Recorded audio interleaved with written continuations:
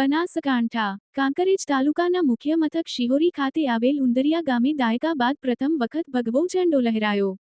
આઝાદી પછી પહેલી વખત ઉંદરિયાવાસમાં ભાજપની પ્રથમ બેઠક, કોંગ્રેસનો ગઢ તૂટ્યો।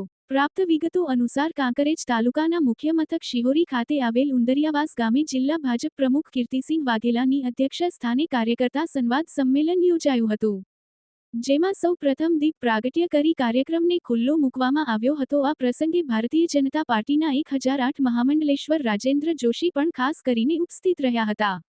સાથે જિલ્લા ભાજપ મહામંત્રી રસિકજી ઠાકોર, બનાસ બેંકના ચેરમેન ડાહ્યાભાઈ પિલિયાતર, થરા માર્કેટ યાર્ડના ચેરમેન ઈશ્વરભાઈ પટેલ, પૂર્વ જિલ્લા ભાજપ મહામંત્રી ભારતસિંહ ભટેસરિયા, કાંકરેજ તાલુકા ભાજપ પ્રમુખ નટુભાઈ પટેલ, મહામંત્રી અમરસિંહ સોલંકી અને રમેશભાઈ જોશી સહિત ભાજપના પદાધિકારીઓ કાર્યકરો હાજર રહ્યા હતા।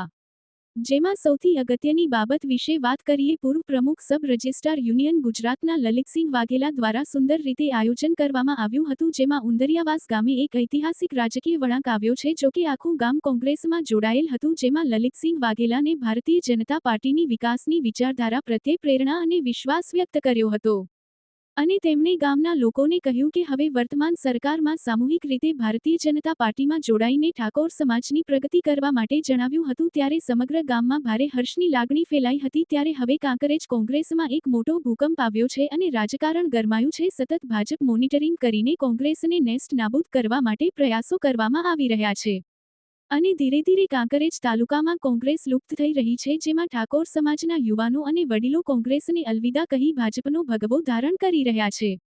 ત્યારે કાંકરેજ તાલુકાના મુખ્ય મથક શિહોરીના ઉંદરિયાવાસ ગામે યોજાયેલ કાર્યકર્તા સંવાદ સંમેલનમાં 500 કરતાં વધુ કોંગ્રેસના કાર્યકરો ભાજપમાં જોડાયા હતા, જેમાં 1008 મહંત શ્રી રાજેન્દ્ર બાપુએ આશીર્વાદ આપ્યા હતા અને કાર્યક્રમનું સંચાલન પ્રધાનજી રાઠોડે કર્યું હતું, જેમાં આભારવિધિ બાબુજી ઠાકોર પૂર્વ સરપંચ તેરવાડાએ કરી હતી।